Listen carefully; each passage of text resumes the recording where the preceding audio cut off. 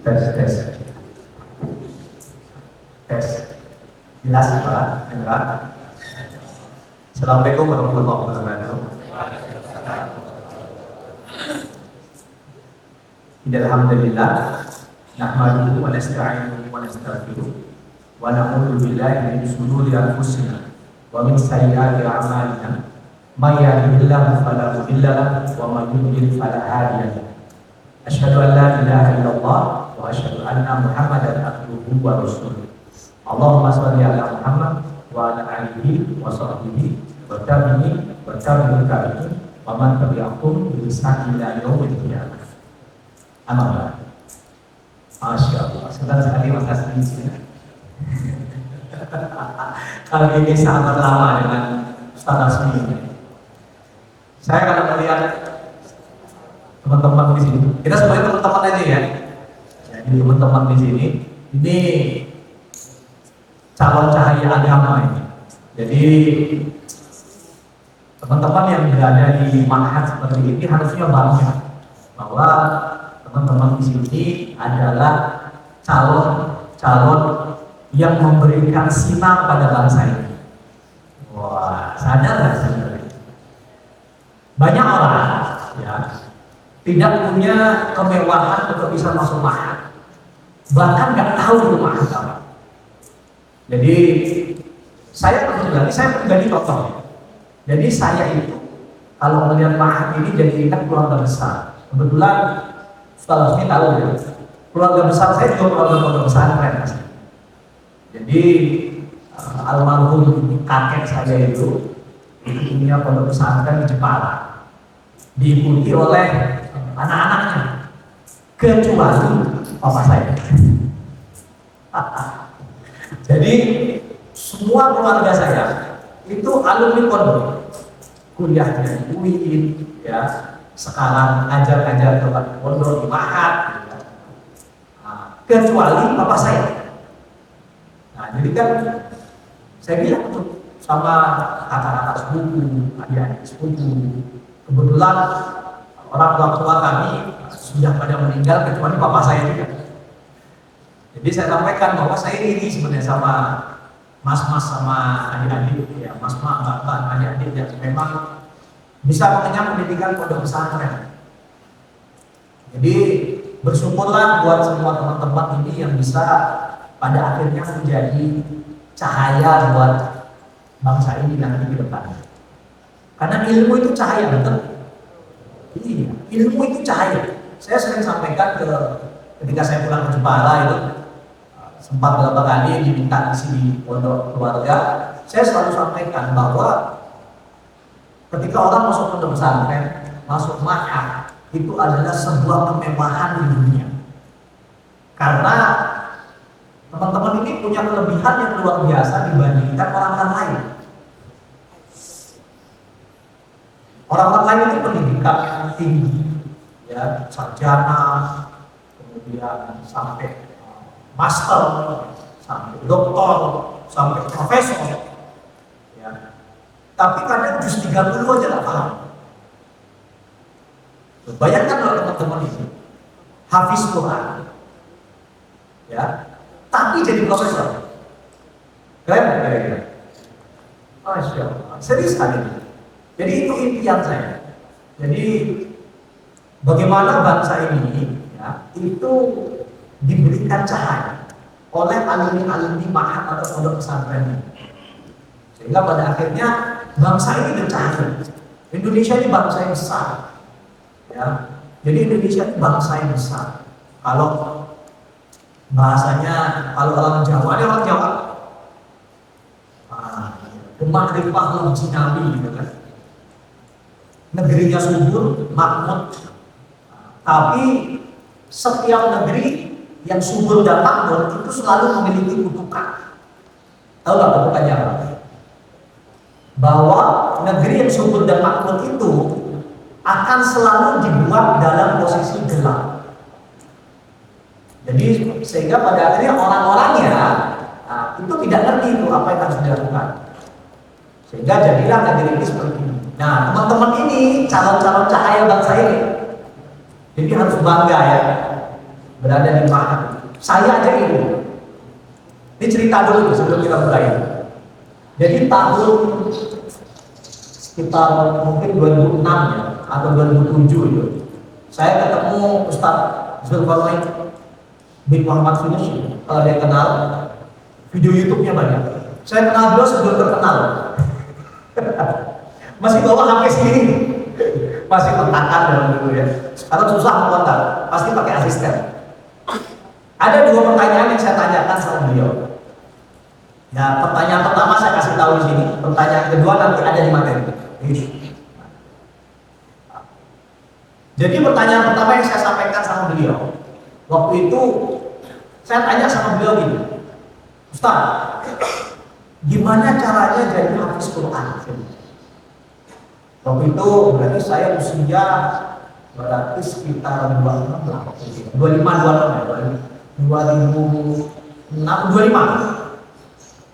saya sudah 25 tahun. Saya bilang, saya ini tidak pernah mengenyam pendidikan pondok atau mahal. Jadi kalau orang-orang di kalangan pondok itu bilang itu saya anak kiai multah rasanya. Anak kiai yang tidak mengenyam pendidikan pondok pesantren saya ini. Kalau di Jawa dipanggilnya Gus, gitu kan. Saya menolak pendidikan seperti itu. Jadi saya sampaikan di Pak Ustaz Zulkarnain ini, Ustaz, gimana caranya jadi hafiz Quran? Saya sampaikan, saya ini malu sama saudara-saudara saya bahwa saudara-saudara ini kakak sepupu, adik sepupu itu semua kiai-kiai di Jepara. Gimana caranya jadi hafiz Quran? Beliau jawab saya gini, antum usia berapa ya? Saya 25. Sudah bisa bahasa Arab? Belum. Ketawa nih. Saya bilang gini, dia bilang gitu, saya masih ingat ini. Bahasanya halus biar tidak menyakiti hati orang gitu kan. Antum tahu nggak? Pintu surga itu banyak. Pintu surga itu banyak. Ada pintu puasa, ada pintu ilmu, ada pintu jihad, ya kan? Pintu surga itu banyak. Sahabat Nabi pun, ya, yang dibilang sahabat Nabi pun, ya, itu jenisnya banyak. Ada yang menjaga Quran, hafiz Quran, ada yang ahli perang, ada yang ahli negosiasi. Dan sahabat Nabi itu adalah umat terbaik yang dimiliki umat ini. Jadi saran anak, baru nih mulai sarannya. Kalau memang antum umur segini belum bisa hafiz Quran, terus antum pendidikannya bagus, saran anda cuma satu. Kalau mau jadi hafiz Quran boleh, silahkan dicoba, itu boleh, sangat direkomendasikan. Tapi kalau memang tidak sempat, masih banyak ilmu yang lain.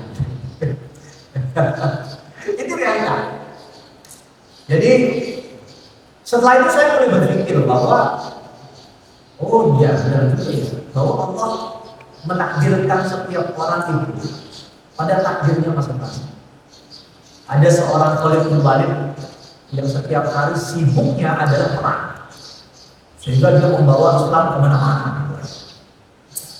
Ada Amr bin As yang ahli negosiasi, jangan bos kan? Siapa yang ngomong sama beliau pasti kalah.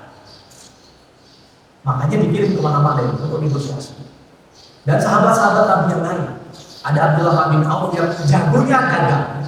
Jadi kalau dibilang kalau Abdullah bin Auf itu bukan batu, itu isinya emas. Nah, jadi pintunya banyak.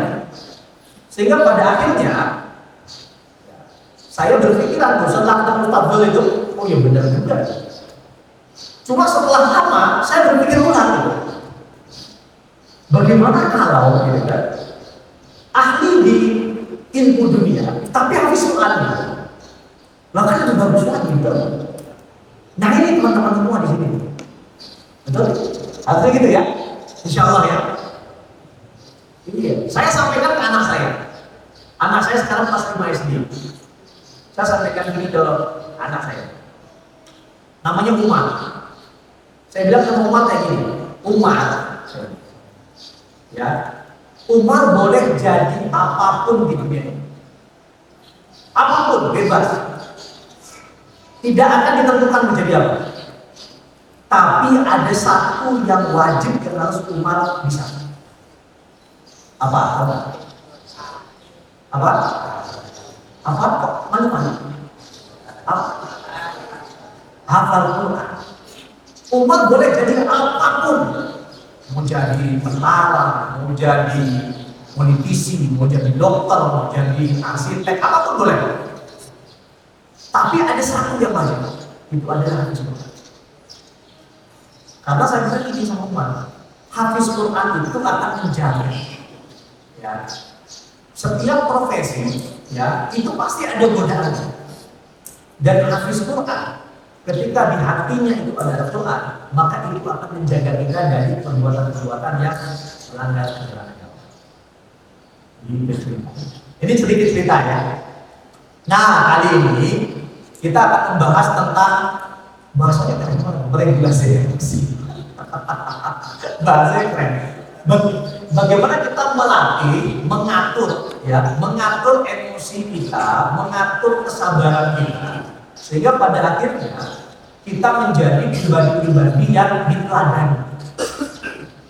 Islam itu besar bukan karena perang. Ya, kalau kita baca sirah itu, Islam itu besar bukan karena perang. Setiap perang yang dilakukan oleh umat Islam itu tujuannya adalah untuk menegakkan yang hak. Ya, Islam itu besar itu karena akhlak yang baik dari penganutnya. Jadi Islam itu besar itu karena akhlak dari penganutnya. Saya sering sampaikan ke teman-teman, kalau penampilan saya kayak gini kan orang akan menganggap saya salafi gitu kan. Penampilan saya kayak gini gitu kan. Iya, tapi keluarga besar saya NU semua. Dan luar biasanya ibu saya itu pasti orang Bali. Ibu saya orang Bali. Ya, orang Turi itu orang kerajaan. Keturunan Majapahit. Ya, jadi sepupu saya dari sisi ibu itu Hindu semua. Ibu saya Mu'alaf. Nah, di sini kita belajar bahwa ketika saya berhubungan dengan saudara-saudara saya dari ibu, sebenarnya masalahnya itu bukan pada agama. Masalahnya itu bukan pada jenggot saya. Ya. Ini kan saya bersyukur di jenggotnya panjang, itu ada lebat yang sangat lebat sekali. Sebenarnya masalah itu bukan pada jenggotnya, bukan pada pecinya, ya, bukan pada celananya, bukan pada pakai bajunya. Tapi masalahnya adalah bagaimana orang-orang yang pakai itu dalam berperilaku dengan orang lain. Itu masalah utama. Jadi kalau kita bicara tentang tujuan utama agama ini, jadi kayak kotor. Ini pembukaan. Iya silakan. Mau izin dulu nih sama direkturnya. Jadi kalau teman-teman sadarin, apa sih ujung akhir dari kita belajar agama? Tahu nggak? Di dunia ini bukan masuk surga ya. Orang bilang pasti masuk surga lah ya. Apa ujung akhir di dunia dari belajar agama? Tahu nggak? Ya, itu sudah tidak. Ujung akhirnya dari belajar agama itu agar setiap penganut agama Islam, umat Muslim itu memiliki akhlak yang baik, akhlakul karimah. Jadi kalau teman-teman ini sering kejadian, ini fenomena-fenomena nih. Kita rajin sholat 5 waktu di masjid, ya. Melihat teman kita nggak sholat 5 waktu di masjid, apa yang ada di hati kita? Wah, ya, kok nggak sholat? Orang Islam kok nggak sholat 5 waktu di masjid? Kalau kita seperti itu, nah dalam ilmu psikologi ini kita bicara tentang mengelola emosi. Dalam ilmu psikologi, kalau kita sudah punya perasaan tidak suka dengan orang lain, ya, itu akan keluar dalam gestur kita. Hati-hati, ya. Apalagi kalau cuma nggak suka sama mukanya gitu. udah kecil, hitam, keriting gitu kan, biasa kan kayak gitu orang bilang kan. Padahal itu yang masuk surga duluan kan. Tadi yang contoh nih, contoh asli itu. Ya, tadi gimana cara menghilangkan pembulian ya? Iya, bagaimana cara kita menghilangkan pembulian gitu kan? Hati-hati tuh. Orang yang dibully itu orang yang paling dulu masuk surga gitu. Karena apa? Karena kesabarannya luar biasa dibandingkan orang-orang yang membuli. Hati-hati ya, orang-orang yang suka membuli ya. Orang-orang yang dibully itu harusnya bersyukur gitu. Karena Anda adalah teladan-teladan untuk kesabaran.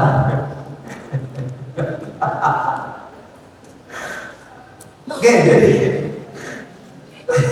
santai aja, nggak usah serius-serius sama saya. Serius.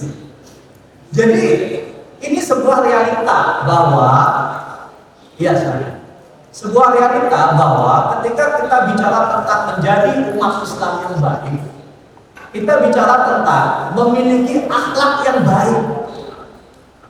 Ya, buat apa kita pakai peci, ya pakai baju koko, ya, terus sholat 5 waktu di masjid, sholat tahajud, tapi kita masih suzon dengan orang. Buat apa? Tidak ada manfaatnya. Ya, karena yang Allah lihat itu apa? Ini. Yang Allah lihat itu hati. Ya. Jadi ketika kita bicara tentang Islam, kita bicara tentang akhlak. Bagaimana ujung akhirnya memiliki akhlak yang baik. Akhlak yang baik itu apa?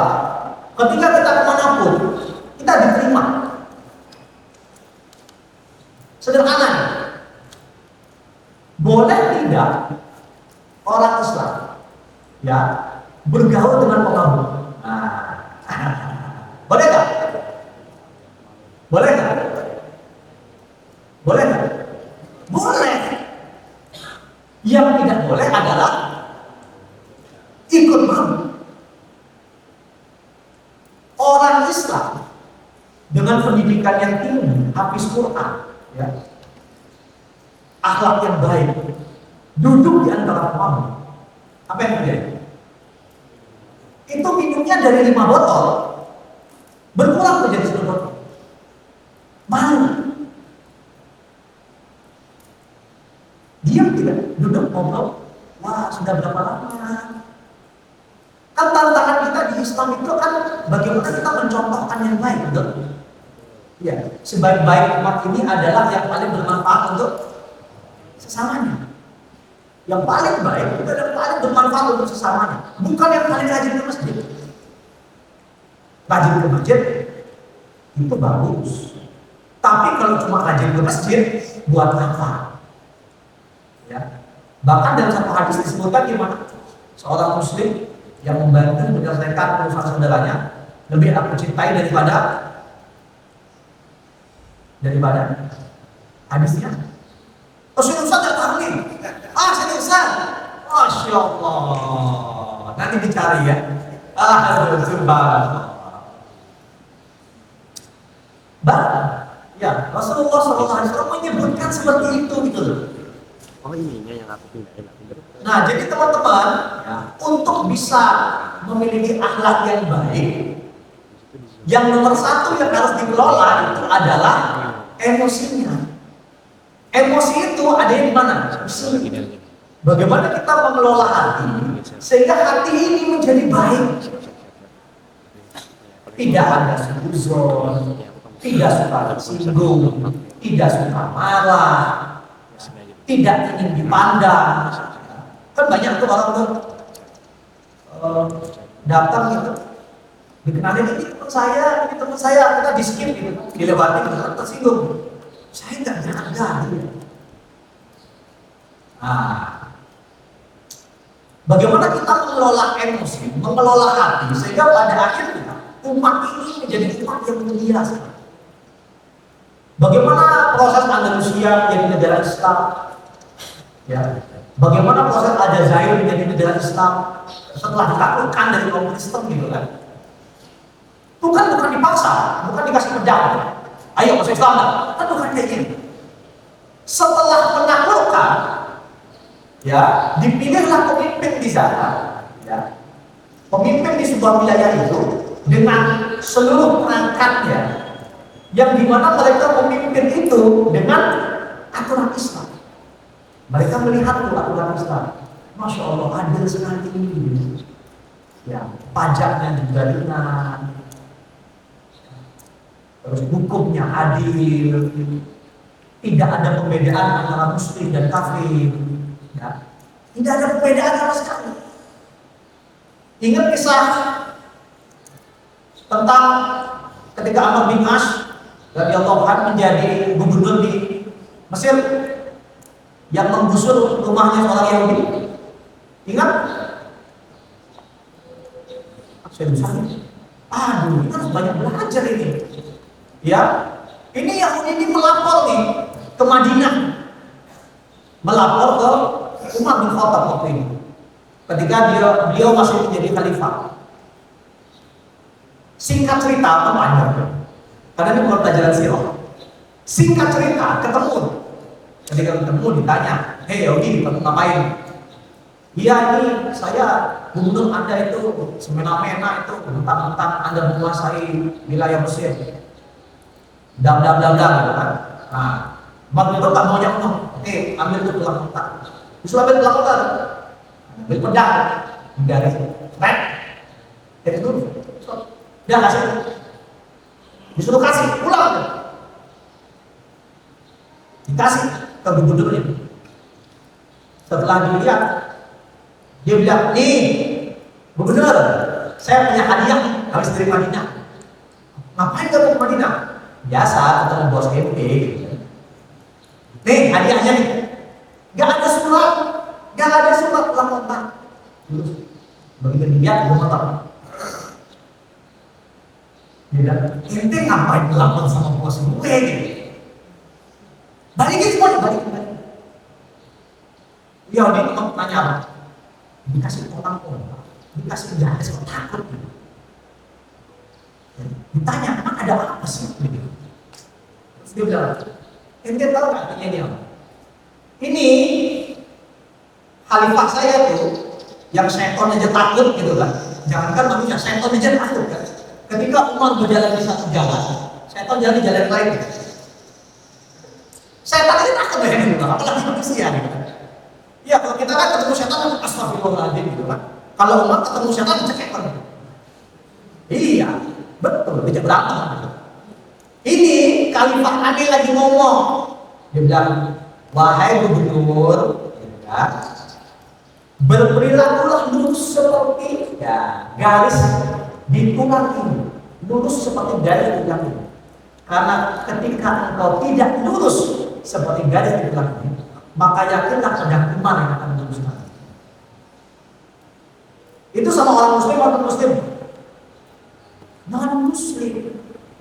Inilah umat terbaik. Makanya disebutkan inilah umat terbaik yang diciptakan dunia ini.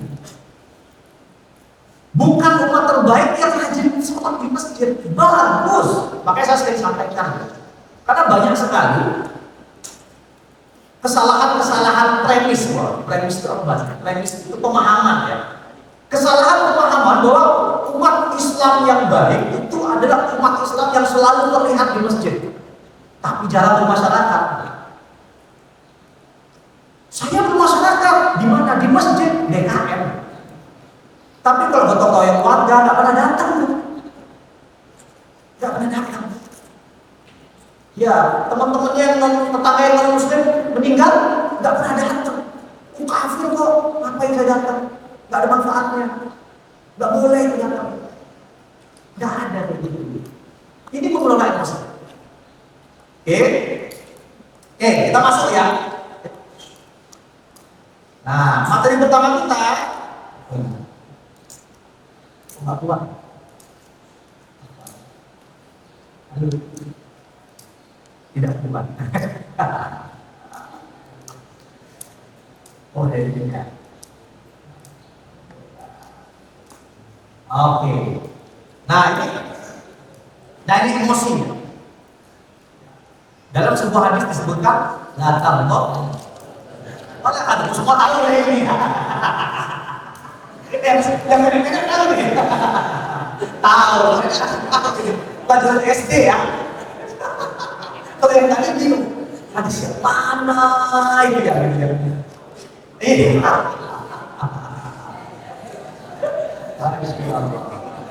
Iya. Jadi jangan marah. Marah itu gak ada manfaatnya. Ketika seorang muslim itu punya akhlak yang baik, ketika di situ sebaiknya marah atau senyum? Senyum. Gak usah. Orang kalau diomongin marah, yang ngomongin makin senang atau berhenti? Ya, yang biasa membuli di sini, ya makin senang. Lu jangan takut. Saya termasuk kasta tertinggi pembuli dulu waktu zaman muda. Saya kasta tertinggi pembuli gitu. Semua teman-teman saya itu punya nama beda-beda namanya. Iya. Orang yang suka membuli, semakin orangnya marah, semakin senang dia membuli. Makin kata-katain. Coba kalau dibuli senyum, itu malas dia nggak asik, ini kita asik. Ganti tempat gitu. Jadi makanya itu tidak kelihatan bahwa al-jannah.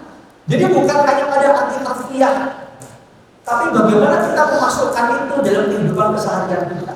Jangan marah. Orang yang marah itu biasanya orang yang kalah. Dalam Quran juga sama. Loh, kehidupan kita ini kan nanti teman-teman yang paling muda, Pak, sudah aliyah gitu kan, sebentar lagi masuk, sudah mau terbang ya, aliyah masih terbang kan, sudah mau terbang tinggi itu, seperti burung elang. Memang harus terbang tinggi. Di situ nanti teman-teman akan menemukan banyak hal yang dimana menuntut hadis ini, bahwa kita ini harus menjadi pribadi yang selalu tersenyum apapun yang terjadi. Hidupnya susah tersenyum, hidupnya bahagia tersenyum, kecewa tersenyum. Bahkan saya sering sampaikan ke teman-teman, seorang manusia terhebat ya, itu adalah seorang manusia yang bisa tersenyum dalam duka.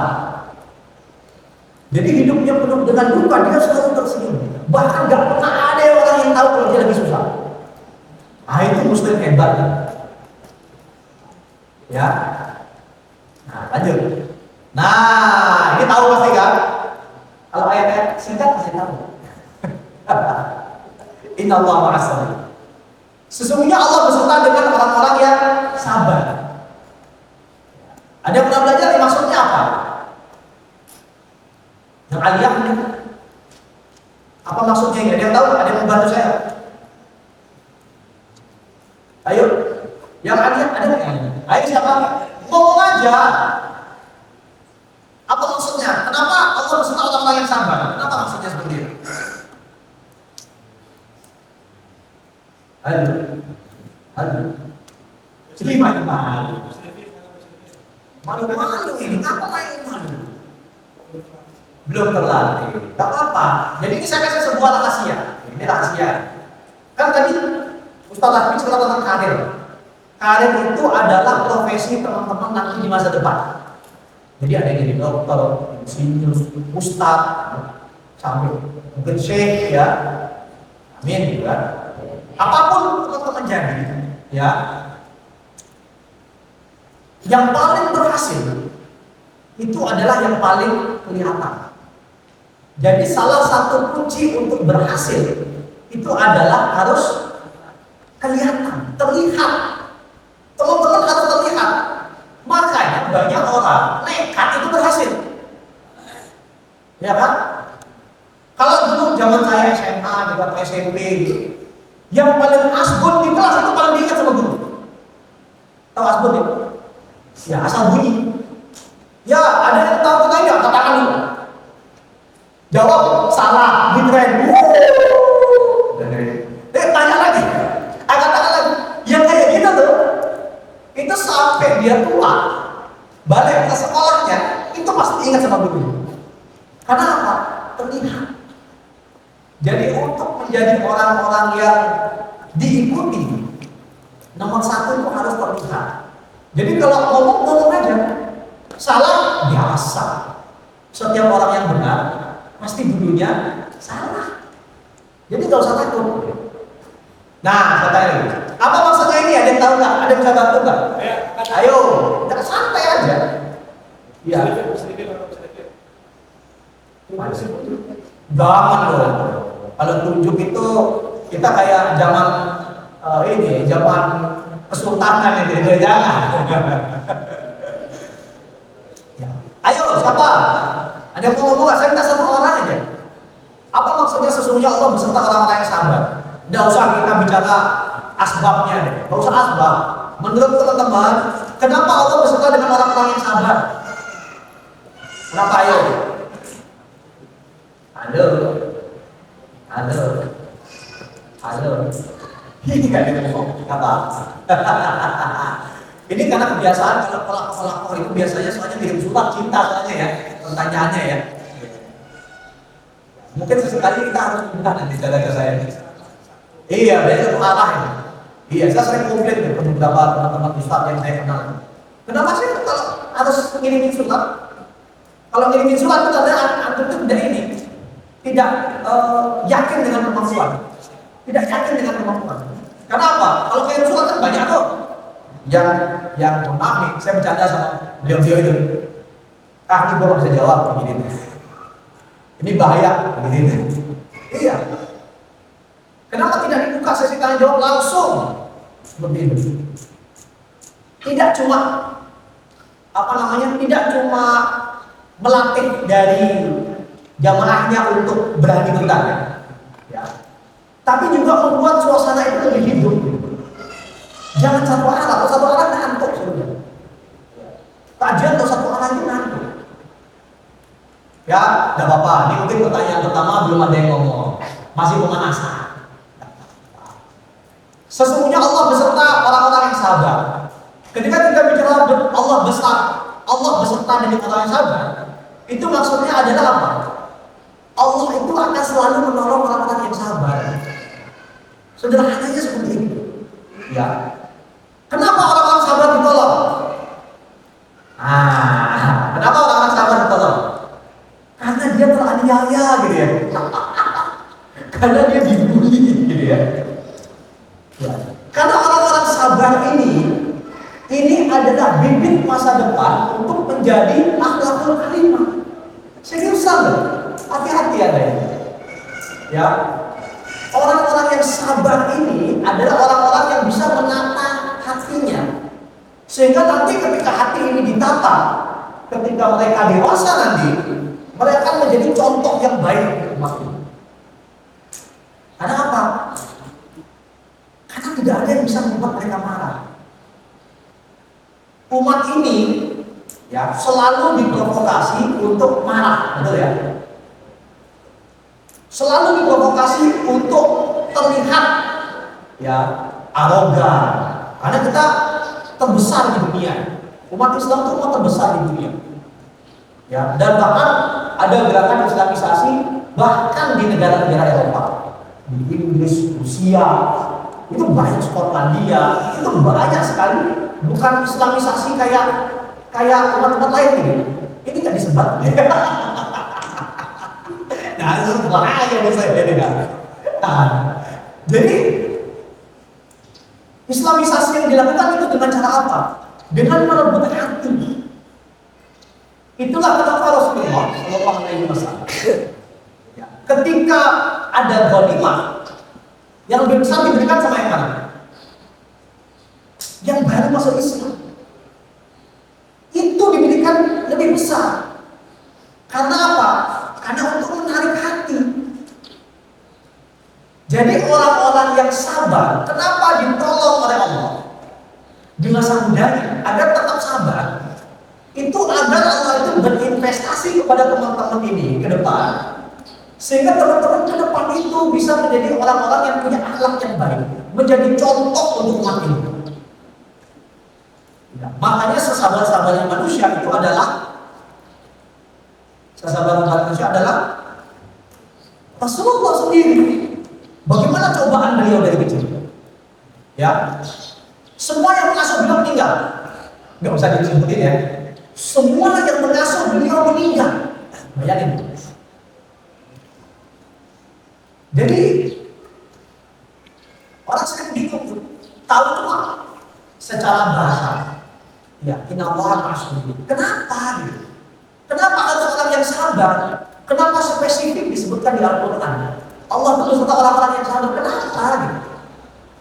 Karena orang-orang sabar ini ke depan ada orang-orang yang hatinya itu seperti cahaya. Tahan banting. Ya. Tahan banting, tahan pukul, tahan cemooh.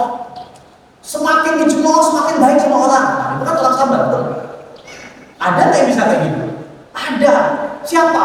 Orang-orang yang dari kecil terbiasa dibully.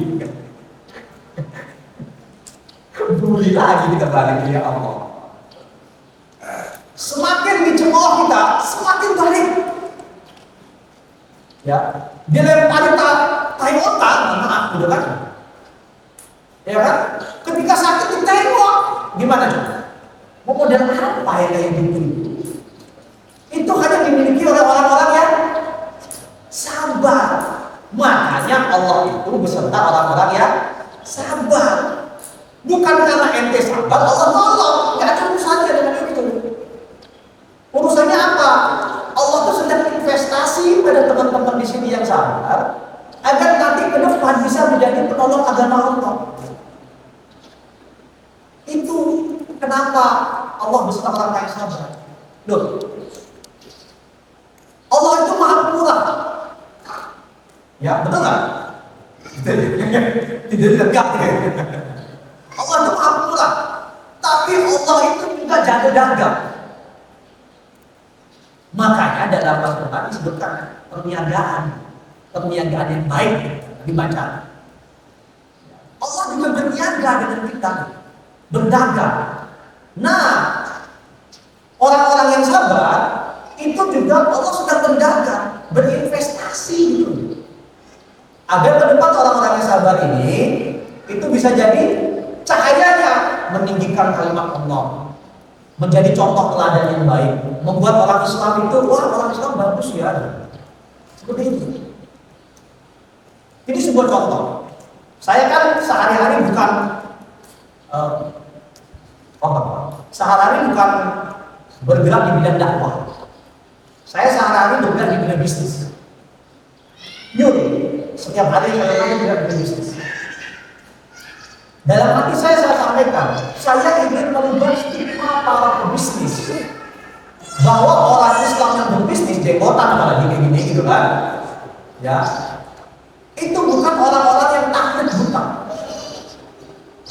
Orang-orang yang menganggap orang-orang Islam yang tidak jenggotan, kan ada tuh kayak gitu kan. Ada yang jenggotan, ada yang tidak mau jenggotan. Itu kan hal ihwal perpecahan umat. Betul nggak? Ada yang celananya harus isbal, ada yang celananya tidak isbal, hanya dilakukan ketika sholat, ada yang benar-benar tidak isbal. Hal-hal seperti itu yang dipermasalahkan, jadinya terjadi apa? Pecah umat ini. Dan itu memang agendanya dari orang-orang non-muslim. Memang agendanya, ya, agendanya itu. Makanya Allah berinvestasi sama teman-teman yang sabar. Kalau dia sabar, ke depan dia tidak akan menilai orang lain dengan buruk. Oh, dia tidak jenggotan. Oh ya sudah. Oh, celananya tidak isbal. Oh ya sudah. Oh, dia tidak sholat di masjid. Ya sudah. Tapi apa yang kita lakukan? Kita mencontohkan sama mereka. Bila perlu ajar, di sini. Kan cukup gitu, betul nggak? Bisa dia, aduh boleh itu. Oh ya udah. Kalau asal barang ya, nah asal tertadi lagi, bisa dia. Gampang kan? Aduh boleh di subuh nih sholat. Ya udah, berdua ya. Nanti setengah jam jadi kita sholat dong. Belum sholat dulu, bilang. Itu diajak 1 bulan tuh. Kalau di kantor kan temunya duhur, asal, maghrib kan cuma di kantor kan. Itu diajak 1 bulan tuh. Ya, mungkin di hari ke-15 dia mulai datang ke masjid. Nah itu kenapa Allah beserta orang-orang yang sabar. Bukan dengan belakang. Masjid kok? Enggak ah. Muslim apa ini? Bukan kayak gitu. Apaan gak jenggotan? Kayak banci. Ada kan? Dulu tuh saya jenggotan yang banyak gitu. malaikat berdampingan dengannya. Iya. Tapi jangan salah loh, untuk orang-orang yang tidak jenggotan, orang yang kayak saya juga positif, mana juga tidak positif. Belum tentu positif. Nah, bisa jadi positif ketika apa? Pertama, ketika kita sabar menerima stigma itu, terima aja. Terus yang kedua apa? Mencontohkan kepada mereka bahwa apa yang mereka sangkakan itu salah. Itu seorang muslim keren ya. Makanya saya bilang sama Ustaz Asmi, saya datang pakai kayak gini gitu. Bukan pakai kayak gitu gitu kan. Nah, ini muslim loh. Ya. Kalau muslimnya kayak gini, orang-orang yang paling kayak gini mau jadi umat Islam. Kalau umat Islamnya pakaiannya semua kayak baju koko, orang-orang yang licin, ya nggak tertarik dengan Islam. Islam nggak tertarik, ya kan? Islam nggak tertarik. Seperti itu. Jadi apapun yang kita lakukan itu dakwah, ya. Jadi itu kenapa Allah beserta orang-orang yang sabar. Tadi pertanyaan pertama ada yang mau katakan ya. Nanti akan ada pertanyaan kedua. Lanjut terus. Jangan dulu. Oh, dicatat dulu. Udah ya, dicatat dulu. Ini masalah lagi. Terus apa? Ya. Keluar. Ya. Nah, itu yang pertama ya. Nah, kemudian yang kedua. Wah, ini Funusia. Tahu Funusia kan? Tahu Funusia kan? Hasil urusan. Funusia nggak ada yang tahu. Funusia itu kesatriaan, kepahlawanan. Seorang Islam itu harus jadi pahlawan, harus menjadi seorang kesatria, pemberani, hebat. Nah, ini tokohnya namanya Miyamoto Musashi. Boleh nggak kita ambil pelajaran dari orang non-muslim? Boleh. Selama bagus, tidak bertentangan dengan ajaran kita. Miyamoto Musashi itu adalah ahli pedang terbaik di Jepang. Tidak terkalahkan dalam 60 lebih pertarungan pedang. Kemampuannya ada bermain pedang ganda. Wah, keren. Ada yang bisa main pedang? Aduh, bagaimana umat ini akan besar? Masya Allah, subhanallah. Tahu nggak siapa pahlawan orang Islam, sahabat Nabi yang ketika berperang selalu menggunakan pedang ganda? Ada yang tahu nggak? Ayo jawab. Ya, Hamzah bin Abi. Satu lagi, betul. Ya, Khalid bin Walid, betul. Jadi Funusia, kesatriaan itu wajib dimiliki oleh seorang muslim. Apapun profesinya lah ya. Makanya saya ngajar bela diri. Orang muslim itu di luarnya sopan, ya, akhlaknya lembut, lemah lembut, tapi ketika dicolek kepalanya hilang. Itu orang muslim yang asli, benar? Ya, betapa lemah lembutnya seorang Ali bin Abi Thalib. Betapa lemah lembutnya Rasulullah. Ya, jangan bilang lemah. Beda ini kasusnya sudah. Ya, betapa lemah lembutnya Abu Bakar As-Siddiq. Kenapa saya bilang Abu Bakar As-Siddiq itu punya fungsi yang hebat? Sederhana. Sahabat Nabi yang masih hidup setelah Nabi meninggal itu pasti hebat dalam pertempuran. Tahu nggak kenapa? Karena mereka semua ikut perang dan masih hidup. Betul nggak? Loh, perang itu kan ribuan lawan ribuan loh. Kalau ada yang masih hidup setelah Nabi meninggal, itu berarti kan tidak mati-mati di perang. Kalau nggak mati-mati di perang, itu hebat itu berantemnya. Sederhana kita bicara. Jangan kira sahabat Nabi itu cuma kalau di masjid gitu kan? Enggak. Ahli, mereka ahli bola, ahli pedang, ahli memanah, ahli berkuda, ahli-ahli. Cuma ada yang sangat ahli. Kan sudah begitu. Tapi mereka ahli, buktinya mereka nggak mati-mati tuh. Kan perang berapa banyak tuh perang zaman Nabi itu. Oke, oh iya kita. Nah, Miyamoto Musashi itu menyebutkan bahwa ini bahasa Inggris. If you wish to control others, kalau kamu mau mengontrol orang lain, ya, you must first control yourself. Kamu harus mulai dari mengontrol dirimu sendiri. Kalau kita ingin mengontrol orang, belajar kontrol diri sendiri dulu. Kalau kamu mau membuat orang lain respect dengan Islam, jadilah figur Islam yang baik dulu. Yang namanya penghargaan, respect, cinta gitu kan, ya, itu tidak bisa diminta. Itu harus didapatkan. Didapatkan melalui apa? Bukti. Makanya yang Musashi bilang itu, kalau kita mau orang ikut sama kita harus kontrol diri kita dulu.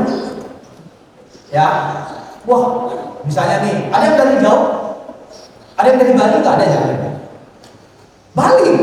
Nih, bisa bahasa Bali? Nggak? Bisa bahasa Bali? Hah? Udah lupa, Masya Allah. Iya, bisa dikit-dikit ya. Gede-gede bisa ya. Gede-gede bisa kan? Ada lupa dia. Di Bali itu, ya, sarangnya maksiat. Tuh, saya kalau sarangnya maksiat di Bali itu, memang benar. Umat Muslimnya minoritas. Ya, di keluarga besar saya, di keluarga Puri itu semuanya Hindu, kecuali saya. Tapi kenapa kami diterima? Karena pertama, kami tidak menganggap mereka itu ya ahli nar. Ya memang itu sudah pasti nggak usah ngomong gitu kan. Tapi nggak usah kita ngomong gitu, nggak usah kita tunjukkan dalam gestur kita. Kita tidak menganggap mereka seperti itu. Terus yang kedua, kita selalu berpikir mengelola diri kita untuk memberikan manfaat kepada mereka. Pertanyaannya, lu ngapain kita memberikan manfaat kepada orang-orang non-muslim? Buat apa? Jangan salah loh. Banyak sekali pahlawan-pahlawan Islam itu mulainya dari non-muslim. Betul nggak? Iya. Bahkan dalam hadis disebutkan apa? Orang-orang yang dulu keren, hebat, jagoan ketika dia non-Islam itu menjadi akan lebih keren dan hebat ketika dia memulai agama Islam. Mana dengar hadis ini? Bangsa, Masya Allah, harus banyak-banyak baca Sahih Bukhari Muslim nih kayaknya. Iya. Kenapa kita menolong mereka? Tujuannya apa? Ya, pertama, kita diterima sama mereka. Ternyata umat Islam itu nggak seperti bom di Bali ya. Gitu. Umat Islam itu nggak semuanya kayak ini kan, kayak yang menganut bom Bali itu kan. Ternyata ada orang Islam yang memang baik sekali, menyantuni orang-orang non-muslim, membantu perekonomian non-muslim. Bahkan saya punya teman dekat, teman kuliah, itu sekarang di Bali nih kan, dia sama keluarganya itu buka semacam ya mahat gitu, ya di Karangasem, khusus untuk menolong masyarakat sekitar. Buat apa coba? Tapi dia bilang dengan kegiatan yang kami lakukan, perlahan-lahan itu konsep login bahasa gitu. Karena mereka melihat apa? Ternyata umat Islam itu baik ya, akhlaknya baik ya, bukan yang ngebom pedis sama seri plok ya. Ya, bukan yang membuat Bali itu menjadi sepi wisatawan ketika itu ya. Jadi ini kaidah kita, mengelola emosi kita sehingga kita tidak menganggap orang lain itu berada di bawah kita. Itu adalah salah satu ciri dari menganggap orang lebih rendah dari kita, ciri dari hadis ini. Sombong itu merendahkan orang lain, menganggap orang itu di bawah kita, kita di atas dia. Ya, itu sombong. Ya, teman-teman ini sekolah di mana? Pulang. Ada teman-temannya sekolah di SD negeri, SMP negeri gitu kan. Terus teman-teman bilang, Muslim taat, ya, Muslim perjuangan. Nggak boleh kayak gini. Itu sombong. Nah, kita harus kontrol diri kita dulu ketika kita ingin kontrol orang lain. Inilah realita ketika kita berbicara tentang menjadi seorang muslim yang baik. Makanya tadi Allah beserta orang-orang yang sabar. Investasinya itu Allah berikan. Loh, jarang-jarang loh yang langsung menolong ke Allah. Jarang itu. Keajaiban terjadi biasanya. Oke? Nah, itu katanya yang urusan.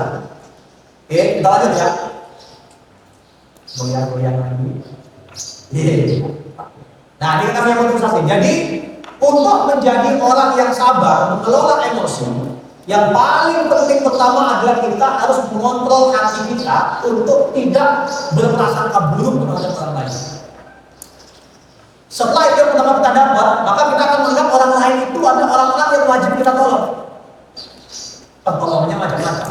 Dan untuk semua orang, ya, karena Islam itu bukan rahmatan lil muslimin. Ya, betul ya. Bukan kan? Rahmatan lil alamin. Kita ini rahmat bagi seluruh alam, bukan rahmat bagi umat Islam. Umat Islam itu kalau masih jadi rahmat buat umat Islam, buat apa? Mereka sudah Islam, nggak perlu dirahmati lagi. Gitu. Mereka sudah tidak rahmatnya sendiri. Justru kita harus jadi rahmat bagi apa? Alam ini, non Islam, alam, hewan, semuanya. Oke, nah itu mengelola hati namanya. Kalau itu dilakukan, itu baru-baru bohong. Lanjut ya. Nah, ini Ustaz Zulkarnain ini tanya saya nggak pernah tahu. Ustaz Zulkarnain bin Muhammad Sunus. Nah ini sohib. Saya katanya sohib karena dia masih ingat sama saya kan. Dulu kenal waktu zaman masih belum terkenal. Ustaz Zul. Ini yang kedua, ya. Ini yang kedua yang saya tanya sama beliau. Ingat tadi yang pertama, gimana cara jadi habis Quran? Beliau bilang, enggak lah, jalan itu banyak kok. Nah, yang kedua ini yang saya tanya, Ustaz, gimana caranya kita mengarahkan orang untuk menuju jalan yang benar? Ya, jawabannya apa? Kalau Anda menganggap orang itu masih berada di jalan yang salah, nah Anda sudah salah gitu. Gak boleh. Seorang umat Islam yang baik, kaum muslimin yang baik, itu tidak pernah menyalahkan. Celananya itu salah. Sholatnya nggak pakai gaji salah. Jenggotnya dikuris salah. Semuanya salah. Ingat nih, kita nggak bicara tentang hukum ya. Kita nggak bicara tentang fikih. Kita bicara tentang menjadi rahmatan lil alamin. Kenapa Allah menginvestasikan pertolongannya pada teman-teman di sini? Ya, biar nggak salah jalan. Udah diinvestasikan, ternyata rugi, kasihan dong. Mending investasi ke tempat lain gitu kan? Mau dikasih investasi nggak sama Allah? Iya, kalau Allah kasih investasi, ada yang terjadi. Ya, jadi Ustaz Zul sampaikan ke saya, antum kalau mau membuat orang pada jalan yang lurus, jangan pernah menyalahkan, selalu membenarkan. Karena bahkan ini kata-kata beliau saya ingat 2006, 2026, 10 tahun ya, 10 tahun yang lalu, 20 tahun, 70 tahun yang lalu ya. Saya udah tua ya, saya tua ya, belum ada yang 20 ya, yang akhir tahun 20, kalau saya tua ya. Aduh, bener. Rasanya itu masih 17 tahun. Saya kalau ditanya sama anak, umur berapa? Saya sudah umur saya 27. Anak saya besok tanya, saya tiap tahun lo umurnya masih 27. Memang nggak tahu banget. Kaum abadi. Ustaz Zul sampaikan seperti ini. Membenarkan tidak akan pernah salah. Menyalahkan tidak akan pernah benar. Gampang kan? Membenarkan tidak akan pernah salah. Menyalahkan tidak akan pernah benar. Semoga pahala antum ya betul ya. Ya, mudah-mudahan ada yang menerapkan juga. Jadi ketika kita melihat sesuatu yang tidak benar, ya jangan pernah bilang, wah ini haram, haram nih, haram. Kita tahu itu haram, yang minum juga tahu itu haram. Tapi kalau diomongin tersinggung ya, apalagi di Islam, itu menyalahkan, nggak akan pernah benar. Yang paling gampang gimana? Bisa kita punya teman dekat masih suka minum atau suka sholat masih meninggalkan sholat di masjid itu kan? Ya, kalau yang minum, ketika mereka minum duduk di sana, minum, silakan. Nah, kok ikut di sini? Enggak, gue coba lihat lucuan kalian jadi gampang udah gitu doang. Gampang kan? Itu dengan duduk di sana, saya bilang tadi 5 botol jadi 3 botol, 3 botol jadi 1 botol, 3 botol jadi nggak minum kalau kita duduk di sana. Minimal dengan duduk di sana dia nggak minum. Lu kenapa sih datang? Kan gue bikin jadi kelucuan di sini kan. Berhasil kita menyetop ya. Lama-lama setelah mereka tidak minum, ya kan? Aja. Yang nggak pernah sholat di masjid, tahu tuh kumpulnya di sana. Wah, korban. Ya, umat Islam harus kreatif. Ya, korban. Caranya gimana? Azan zuhur jam 12:10 gitu kan? 12:15 nongkrong kan? Halo, gue ikut nongkrong ya? Bukan juga ke masjid. Nggak apa-apa, gue memang ngobrol dulu. Kan? Azan, Allahu Akbar, Allahu Akbar. Azan dulu. Kalau Islam, ampara. Susah lah nih, kesel. Enggak, dipaksa enggak? Cari, dipaksa enggak? Tidak, boleh dipaksa ya? Ya. Jangan. Asal lagi, gitu lagi. Besok, gitu lagi. Sebulan ikut dia sholat masjid.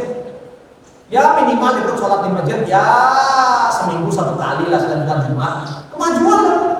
Betul nggak? Kemajuan, jangan salah. Dia datang ke masjid itu pahala yang beda. Pahala teman-teman tuh dari nggak ada ke masjid, tiba-tiba dia ke masjid. Jadi dia seminggu sholat di masjid 2 kali, prestasi. Nah, kan? Itu prestasi untuk membenarkan. Nah, setelah itu semakin sering diajak, nanti lama-lama jadi ahli masjid itu. Nah, terus berikutnya, ini PR nih, mumpung ingat nih, Ustaz. Mumpung ingat nih. Tolong jadikan masjid itu bukan hanya tempat ibadah. Nah, dulu ingat nih. Jalan-jalan ingat. Tolong jadikan masjid itu rumah. Ya. Saya paling kesel tuh. Nah, ada kan? Kalau ada kan nangis.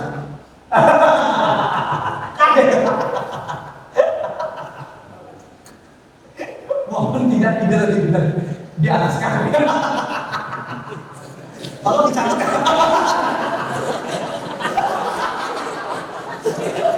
Maaf.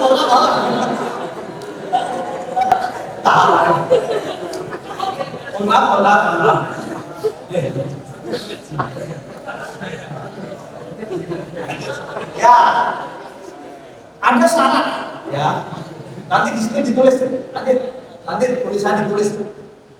Yang tidur di atas karpet masjid setiap minggu wajib cuci karpet gitu misalnya. Nah, jadi tanggung jawab tuh. Mau tidur empuk, tidur di karpet dicatat. Ya. Nanti weekend, yang namanya A, B, C, D, E, F, G, H, I, J, ya datang semua. Ada apa? Belum bukan gue. Ente menikmati karpet kan? Ya, nikmati nyucinya sekalian. Jadi nggak apa-apa, bertahap semuanya. Memang saya ini sudah berjuang. Jadi apa namanya? Jadikan masjid itu sebagai rumah kedua. Bahwa masjid itu ada tempat untuk melakukan segala hal. Masjid itu bukan cuma tempat sholat. Masjid itu bukan cuma tempat sholat, tempat belajar, tempat istirahat.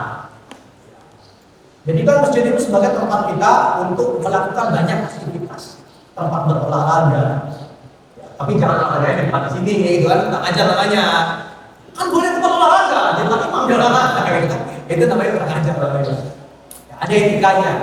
Tapi jadikan masjid itu tempat-tempat yang dimana membuat orang itu nyaman di sana. Kalau masjid itu nyaman, orang senang masjid. Nah, orang-orang yang tadi nggak mau sholat di masjid, gitu kan? Itu akan rajin datang ke masjid. Saya pernah kasih usul ke keluarga saya di Jepang. Saya bilang, kalau mau rajin ke masjid, saya bilang ini sama mereka. Karena saya kan orang yang punya sudut pandang berbeda dari teman-teman pondok. Saya bilang kayak gini, tahu nggak caranya biar orang mau rajin datang ke pondok? Jangan ajak mereka ke pondok. Hadirkan sebuah kegiatan yang mereka mau datang ke pondok. Contoh, keluarga saya di Jepara itu kan rata-rata di Jepara kan pengrajin kayu jati. Ya. Nah, pondok buat pelatihan kewirausahaan, dibimbing sampai bisa jadi pengusaha. Datang nggak mereka ke pondok? Datang. Nah, di sela-sela pelatihan, ayo kita salat. Allah salat, gitu kan? Kasih makan, gitu kan? Kan ada kas masjid. Dan kas masjid jangan besar-besar. Saya termasuk penganut orang yang kas masjid itu harus habis, gitu kan? Ya sisain dikit lah bernafar, gitu. Kasih semuanya ke umat. Kasih makan, pelatihan gratis. Datang tuh ramai masjidnya, sehingga orang cinta sama masjid. Itu namanya membenarkan, bukan menyalahkan. Ya, orang ziarah kubur, gitu kan? Ya, bawa benar, gitu kan? Ya kan? Nah, terus tahlilan, ya kayak gitu kan? Ya, jangan disalahkan, nggak masalah. Itu kepercayaan mereka, beda mazhab, beda jalan, nggak masalah. Karena Islam itu indah, gitu. Ya. Ketika Islam itu indah, orang akan tertarik. Nah, setelah mereka tertarik, baru kita benarkan. Jangan disalahkan. Wah, malam tuh, malam Jumat kok di kuburan baca Yasin, kan? Iya. Saya ini lahir dari keluarga NU. Kalau orang bilang NU, ya. Kakek saya itu tokoh besar NU di Jogja. Pondoknya besar. Keluarga besar saya pakai NU. Tapi apakah saya tidak diterima? Sangat diterima sekali mereka. Iya, mereka sebut saya NU perjuangan. Ketika kita punya akhlak yang baik, dimanapun kita sering berterima kasih. Yang pertama ya, udah 11. Saya minta waktu 10 menit ya. Ya, ini nggak usah. Nah, sesi kedua, setelah sesi tanya jawab ya. Sesi kedua manajemen waktu dan sehat. Nah, ini kalau saya klik ini banyak sakit hati. Klik, aduh, siap-siap ya. Nikmat yang disia-siakan.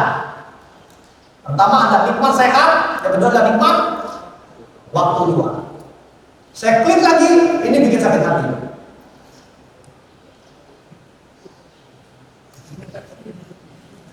Berapa banyak yang kayak gini?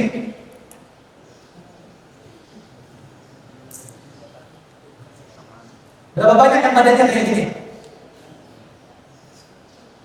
Emang umat Islam itu kepalanya doang yang harus gede? Saya sering sampaikan ke teman-teman. Hello, Islam itu benar ilmunya bagus, tapi tersebar luas karena apa? Perang. Kalau ente semua cuma ngaji, ya saya bilang ini bahasa bercandaan. Makanya kalau kita mau membenarkan orang, bahasanya yang bercanda, jangan baca serius. Kalau ente cuma ngaji, ente jadi kayak alien kan? Kepalanya besar, badannya kecil. Enggak pernah olahraga kok.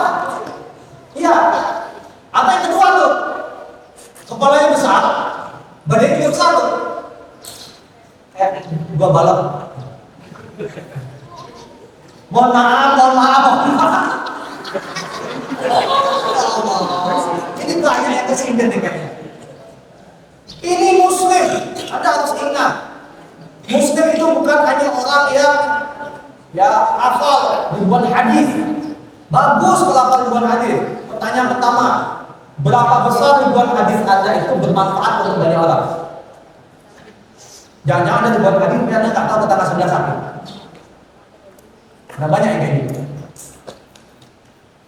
Hati-hati ya. Masuk Islam itu enaknya masuk surga itu enaknya bareng-bareng. Ya kan? Saya kenal Ustaz Asmi gitu kan. Saya kan perjuangan ya garis lurus gitu kan. Jadi paling kan kalau saya lama di sirat nanti Ustaz Asmi bilang, Allah itu friend gue itu, friend gue. Kan kalau amal bagus kan kayak cahaya gitu kan. Saya lagi tatih. Tolong, mau jatuh nih. Ustaz Asmi ya, itu friend gue tuh. Allah saya tolong ya. Sob, malah, gitu kan? Saya ikut tuh baca cahaya gitu kan paling enak bareng-bareng gitu. Makanya saling mengingatkan itu penting. Makanya agama itu adalah nasihat. Pernah dengar tentang itu? Agama itu nasihat. Itu maksudnya nama agama nasihat. Jangan dari sekarang. Itu yang maksudnya agama itu nasihat ya. Agama itu nasihat. Ya, pertanyaannya berapa banyak yang kayak gini? Ini nikmat sehat. Anda tahu nggak? Rasulullah itu ya dalam riwayat disebutkan perutnya seperti batu yang tersusun. Nah, itu batu tersusun. Tersusun. Ini berapa banyak nih? Ini apa namanya? Kalau beras tersusun. Tahu kalau beras ya?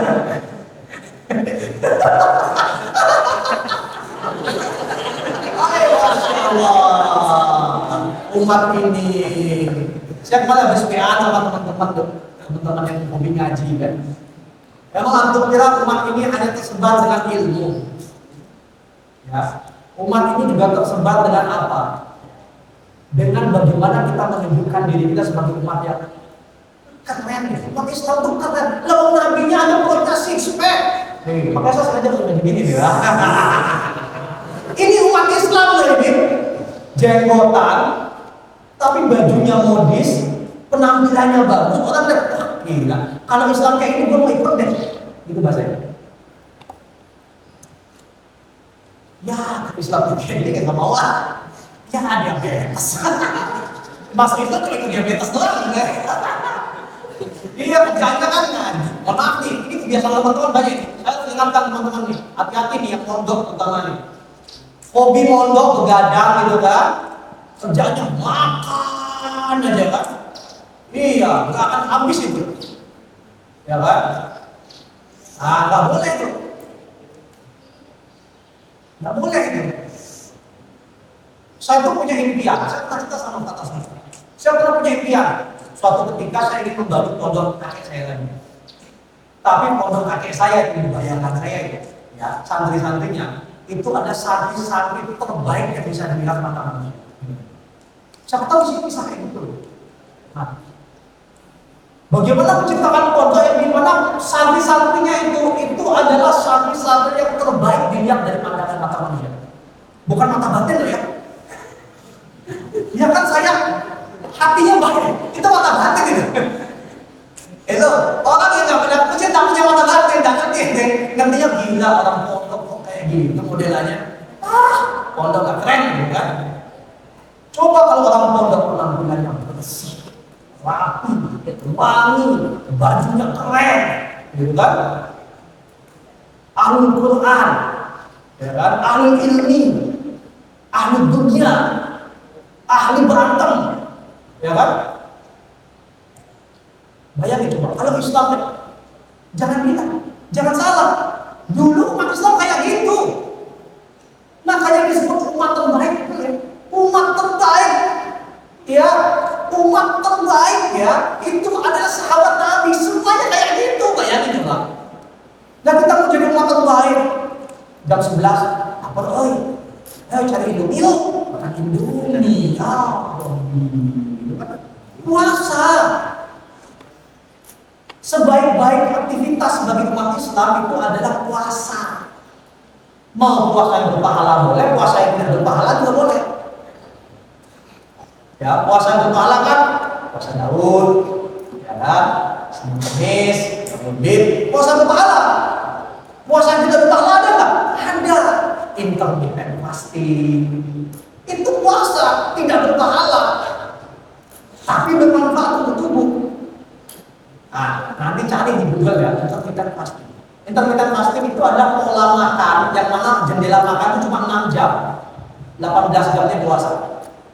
Saya melakukan intermittent fasting, makanya badannya bisa kayak gini. Nah, nikmat sehat. Ya, yang pertama ya. Berikutnya yang kedua, terakhir. Ya, saya mau 30 menit. Goyang. Masya Allah.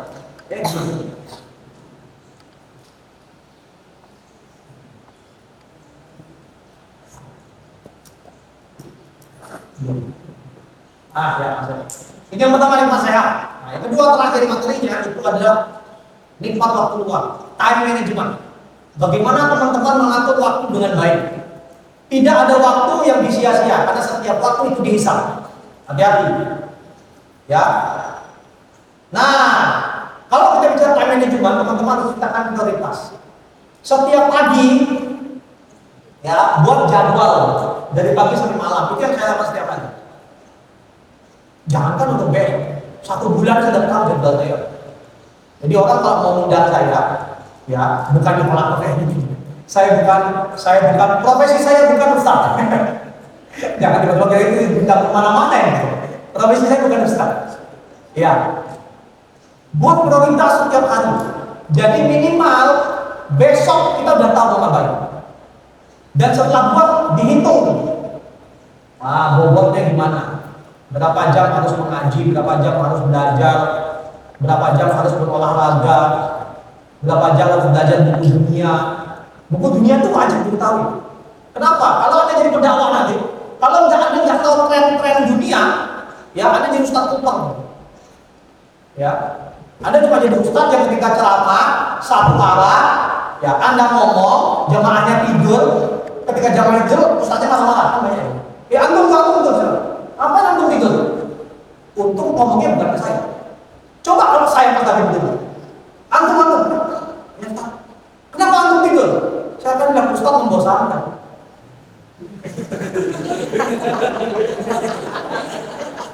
Yang bikin saya tidur itu bukan setan. Saya selalu membantah. Nih, lahir. Saya selalu membantah orang yang bilang kholaqah ilmu itu bulu matanya digantungin setan. Saya selalu bilang kholaqah ilmu, kenapa jamaahnya sedang tidur itu karena lisan pembicaranya banyak setan. Karena apa? Membosankan. Ada yang ngantuk kan? Enggak. Loh, bayangin kalau orang banyak kayak gini setiap itu senang tidak? Wah, apalagi nih kita nggak kayak gini. Saya sering bilang kayak gitu. Bukan kita yang salah. Itulah yang dibilang sama Miyamoto Musashi. Ingat Miyamoto Musashi tadi pertama, untuk kontrol orang lain, kontrol diri kita dulu. Sebelum kita menyalahkan jamaah kita yang tidur, ya, koreksi diri dulu. Lu ngomong adab siapa? Kadang ngomong adabnya sih. Bisa lagi makan bakso, lagi makan ya seblak, mereka nggak tahu ya. Ya Masya Allah muslimin, kita harus dalam umat Islam, kita harus ya, misalnya nggak tahu bahan, nggak tahu dia. Saya bilang bukan salah jamaahnya, salah ustadznya. Kenapa lu nggak belajar bagaimana caranya menarik hati?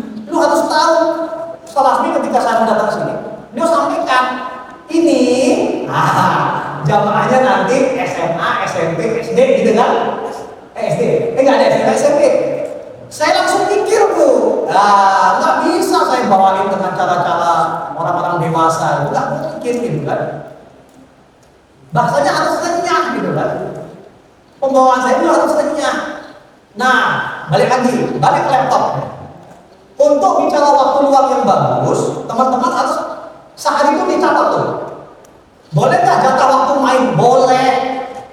Duh, Rasulullah aja ada waktunya main sama istri-istrinya. Ada waktunya tidur. Boleh. Tapi persentasenya banyak yang bermanfaat. Dibuat prioritasnya tuh dari bangun subuh, ya, atau nggak bangun sebelum subuh tahajud, bangun jam sini tahajud, sholat subuh, habis itu setelah sholat subuh, anggaplah jam berapa? Jam setengah 5 sampai jam 6 murojaah, jam 6 sampai terus sampai mau tidur jam berapa sih? 10, 9. Nah, sampai jam 10 tuh. Jam 10 ditulis menutup mata. Anda tulis ke setiap hari itu. Ya, kalau teman-teman lakukan itu, tidak akan ada waktu senggang. Dan teman-teman akan lihat orang-orang yang melakukan itu percepatannya dibanding dia dapat begini. Jauh sekali. Yang ini masuk di bawah ini dia. Ya, yakinlah apa yang dikatakan. Kita jangan nggak tahu kan? Ya, kita jangan dulu. Ya, jadi itu waktu senggang. Sehingga teman-teman di sini bisa mengatur waktunya, karena teman-teman sudah diinvestasikan sama Allah, diberikan pertolongan Allah, menjadi orang-orang yang sabar, berada di ma'had dibandingkan sekolah negeri yang bisa main macam-macam. Itu kan sabar di sini kan. Sudah diinvestasikan, jangan sampai investasi ini rugi. Kalau Allah investasinya rugi, nanti ada diminta di mana dimintanya? Di akhirat. Oke? Nah, saya support ke sini, silakan lagi dulu. Mau ditutup? Silakan. Nggak usah nulis surat cinta ya. Saya nggak suka baca surat cinta. Oh, awat boleh, Masya Allah, boleh. Awat boleh. Ya, Ipan jangan nulis surat cinta. Atau jangan masih shock. Baru pertama kali saya nemu makhluk kayak gini. Makhluk kayak gini ternyata ada ya di Islam ya, Masya Allah gitu ya. Pertama kali nemu makhluk kayak gini. Jadi kalau saya bilang saya itu ya, apa namanya, salafi perjuangan yang garis lurus. Waktu gini. Ya. Kami ini ya, kalau saya bilang kemana-mana sama keluarga kan, kami ini darahnya NU. Tapi ajarannya ikut Islam yang benar. Karena kita tidak pernah lari dari genetik. Manusia itu tidak pernah lari dari genetik. Jadi jangan malu. Ya. Jadi ternyata genetik Anda adalah orang ya Kristen gitu kan. Jangan malu. Sampaikan leluhur saya orang Kristen. Nah, saya orang Kristen. Gitu. Iya. Nggak usah malu. Oke? Nggak ada pertanyaan kan? Oke. Mas, silakan. Masih terkesima ya ketemu malu modern. Malu yang apa ini?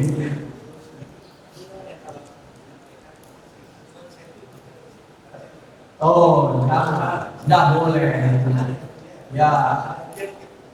Saya ini termasuk orang yang tidak setuju dengan kesultanan. Karena kesultanan itu tidak membuat orang yang terbaik menjadi pemimpin. Wah, jika dakwah adalah perjuangan panjang, emosi seperti apa yang harus kita rawat? Ini, Masya Allah, barakallahu. Jika dakwah adalah perjuangan yang panjang, emosi apa yang harus kita rawat? Yang paling penting yang nomor satu itu adalah, jadi sebelum yang paling pentingnya, dakwah itu macam-macam. Jangan. Dakwah itu bukan duduk di depan kolakor terus memberikan materi ilmu. Itu namanya ceramah. Dakwah itu adalah kehidupan kalau bagi kita. Ketika kita bicara tentang dakwah, itu berarti kita bicara bagaimana kita menerapkan apa yang kita ketahui dalam kehidupan sehari-hari. Itu dakwah. Dakwah dikatakan tertinggi. Ketika kita melakukan dakwah terhadap segala segi kehidupan, pasti akan ada orang yang tidak suka. Nah, itu. Pasti akan ada orang yang mencemooh. Apalagi kita berasal dari lingkungan yang tidak sama dengan apa yang kita pelajari. Begitu. Ini harus paham dulu loh, fenomenanya.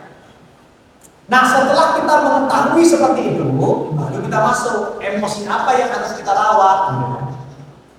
Yang pertama, kita harus memahami bahwa orang itu tidak paham apa yang kita ketahui.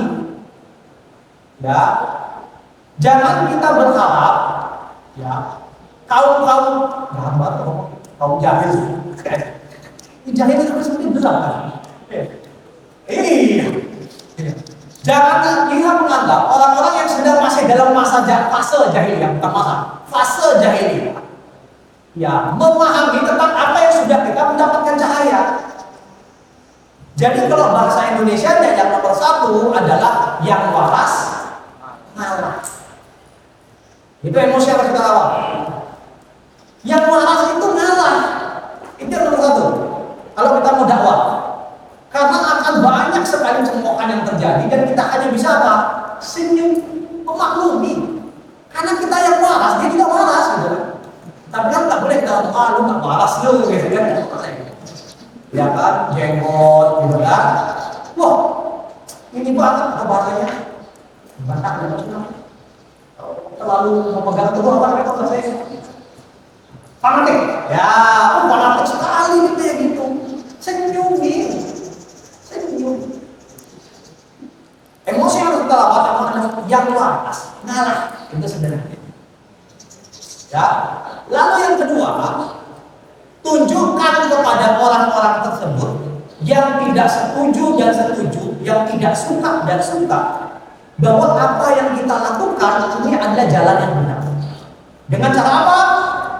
Bukan dengan cara ceramah, dengan cara membantu orang lain, mencontohkan dalam akhlak keseharian. Contohkan itu. Ya, contoh paling sederhana. Keluarga saya itu di Jepara, kalau ada yang meninggal masih 7 harian. Ya, yang masih fanatik nggak mau datang, nggak mau datang. Bid'ah. Saya diundang. Saya pas datang diundang, itu boleh meninggal juga. Bayangkan di saat itu saya bilang, kok nggak bisa, itu beda. Apa yang terjadi? Dicacah saya sama keluarga saya. Oh iya mas, datang saya. Datang dulu. Mereka baca Yasin. Apakah saya duduk Yasin lagi? Enggak. Baca Yasin. Tapi baca Yasin saya, niat saya dengan baca Yasin mereka itu berbeda. Baca Yasin saya bilang, ya Allah, ya semoga menjadi pahala buat saya. Semoga menjadi pahala buat saya. Tidak ada niatan saya untuk menjadikan di sebuah tradisi dengan teman. Nah, mereka habis itu, ya macam-macam lah, aliran dan sebagainya. Saya diam. Mereka mengatakan, saya diam. Ya gimana? Ya 7 hari itu, saya datang 3 hari gitu, kita balik, mereka tanya. Mereka pertama mereka bilang tahu apa? Dek, makasih ya udah benar. Duh, kok makasih? Iya kita tahu, kan mazhabnya beda, tapi mau. Nah, itu dakwah namanya. Baru kita ngobrol. Ya memang kan kita harus toleransi, mas. Wah, boleh dong kita tahu apa sih?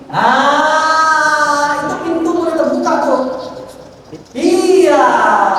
Akhirnya sekarang apa yang terjadi? Keluarga besar saya kalau nyekat simbang nggak pakai bunga, nggak pakai air mawar. Sekarang kalau ditanya kenapa kuno? Ya, loh kan kalau NU di kampung kan kayak gitu. Itu keluarga besar saya. Itu yang kedua ya, mencontohkan sehingga orang percaya dulu mereka. Itu jalan dakwah. Setelah waras salah, ya. Yang kedua contohkan dengan perilaku kita sehingga orang percaya. Baru yang nomor 3 kasih ilmunya, pelan-pelan masuk masuk tuh, pelan-pelan masuk tuh. Loh, kalau 3 ini dilakukan, buat yang tanya, insya Allah nanti dakwaan tuh itu akan diterima di mana? Ada apa namanya? Selain ini, apa namanya? Tapi karena nggak pernah dapet, udah lama apa? Pelayanan Nabi tahu? Ya, pernah dapet. Sampai lupa tiga ya. Maulid Nabi di masjid ada Maulid Nabi. Ada di sana ada Habib. Ini pesan untuk meja rumah macam-macam orang. Di pulau sama Habibnya. Mas, makin malam Maulid Nabi datang ya? Oh siap. Datang nggak saya? Datang. Saya datang bukan untuk merayakan Maulid Nabi. Saya datang untuk menghormati undangan yang diberikan kepada saya. Saya pribadi tidak percaya Maulid Nabi yang dirayakan. Mereka mendapati luas saya dulu. Dia kayak tamu aja. Tapi gara-gara seperti itu, ya mereka menerima saya, mengadakan diskusi, diterima DKM. Ketika ilmu ini bisa diterima oleh umat Islam dan umat Islam mendapatkan manfaat dari keilmuan kita, itu disebut dengan dakwah. Betul? Ya. Begitu bro.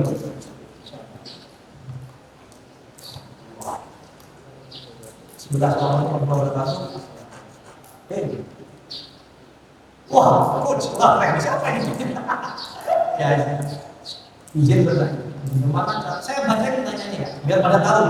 Jangan sampai nanti orang nggak tahu kayak saya jawab. Kan banyak kayak itu, pertanyaan nggak tahu apa, tiba-tiba jawabannya. Jadi nggak ketahuan kalau ustaznya jawabnya bukan besar.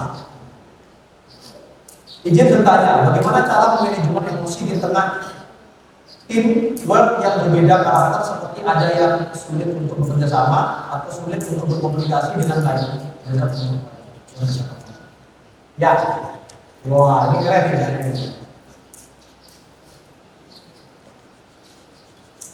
Orang itu jadi sederhana ini. Premis paling umum adalah orang kalau nggak suka sama orang lain, ya sekali lagi ya, orang kalau nggak suka orang lain, kita kasih ayat Al-Quran, percaya? Enggak. Itu kan penafsirannya dia, penafsirannya beda itu dia banyak. Ya, karena kan tafsir Quran banyak. Orang kalau tidak suka dengan orang lain, yang terjadi adalah dia tidak akan mau percaya dan mengikuti. Berteman aja lah. Tapi kalau orang percaya dengan orang lain, nih lihat teman dekat nih, ada teman dekat di sini ya. Teman dekat jam 3 pagi tuh buat yang depan sini. Telepon bilang, "Bro, motor gue banyak bocor, kesini dong." Datang nggak? Datang. Betul nggak? Datang. Beda dengan teman 20 tahun nggak pernah. Ya, tiba-tiba telepon. Diangkat nggak? Jangan bilang baru. Diangkat nggak? Belum tentu. Diangkat kalau lagi nggak sibuk. Coba lagi kerja. Atau lagi olah kok. Lagi olah kok nih. 20 tahun kok nggak telepon. Telepon. Ini Pak. Apa ya?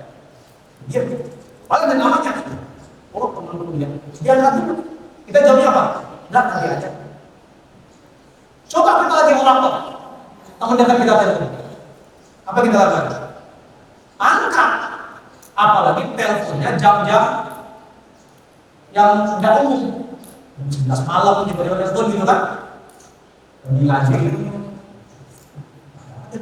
Langsung ya kan? Ada apa? Coba kalau nomor kali bilang. Kita bilangnya apa? Nipu nih. Kan banyak sekarang ya, nipu-nipu pakai itu kan? Iya, kan begitu. Meskipun kita tahu namanya. Ada telepon. Bahasa kita gini, kalau penting pasti bisa berdoa. Jadi untuk ketika kita bicara tentang bagaimana kita bisa menarik hati orang untuk bisa punya teamwork yang bagus, saling berkomunikasi yang bagus, yang paling penting nomor satu itu adalah jadikan diri kita itu begitu harum, begitu wangi, begitu bermanfaat buat orang, sehingga pada akhirnya dia percaya gitu. Ya, kan sebelum kita berbicara tentang kesalahan orang lain, hisaplah diri kita dulu. Jangan-jangan dia tidak mau jadi tim kita, jangan-jangan masalahnya bukan dia, jangan-jangan masalahnya kita nggak disukai, dia nggak mau komunikasi dengan kita, jangan-jangan masalahnya bukan dia, jangan-jangan masalahnya kita. Nah, masalah dulu. Kalau kita sudah kepedean merasa benar, kan ada yang kepedean merasa benar. Nah, setelah saya musawarah saya benar kok, saya nggak ada salah. Bagus. Setelah Anda merasa bahwa Anda benar, lalu kita bicara tentang orang lain.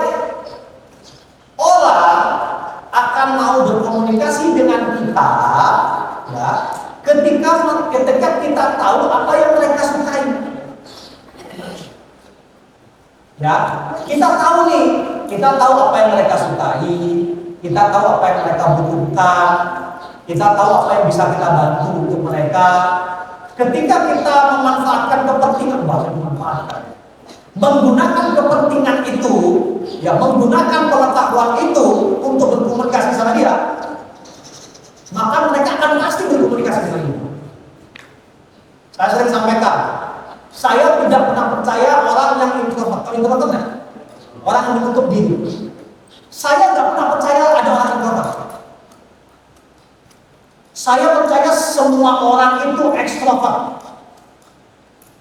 Tapi yang dibilang introvert itu adalah ekstrovert yang milih-milih orang. Gak ada introvert tuh. Jadi kalau kita kok dia nggak ngomong sama saya ya, dia bukan ekstrovert, dia milih gak mau ngomong sama kita. Kalau dia milih gak mau ngomong sama kita, kita harus tahu kenapa dulu. Kemudian kita cari tahu apa yang dia butuhkan. Kita buktikan sama dia bahwa kita ini tulus membantu dia. Setelah itu dia akan berkomunikasi dengan dia. Meskipun awalnya ada penolakan, kayak masjid tadi, enggak masalah. Ini berarti gak usah. Ya. Besok ini berarti gak usah. 1 bulan kita bilang nanti mau dia dibantu. Jadi itu cara untuk berkomunikasi dengan orang. Teamwork pun juga sama. Jadi ketika kita begitu menyenangkannya, makanya saya sering sampaikan ke banyak teman-teman. Saya nggak bilang jamaah, saya nggak bilang jamaah gitu. Kan bahasa kasar jamaah. Saya teman-teman itu. Saya sering sampaikan inti utama menjadi seorang Muslim itu adalah memiliki akhlakul karimah. Objektif utamanya di dunia itu akhlak yang baik. Kalau akhlak kita baik, semua orang suka sama kita. Kalau akhlak kita baik, nggak ada orang yang mau ngobrol sama kita. Kalau akhlak kita baik, nggak ada orang yang mau kerjasama sama kita. Kalau kita amanah, kita selalu melebihkan timbangan. Banyak kan gajah mengurangi timbangan. Umat Islam itu melebihkan timbangan. Saya selalu bilang sama istri, kalau orang belanja, orang beli di kita, belanja gitu, 500 gram, jangan kasih 500, kasih 520.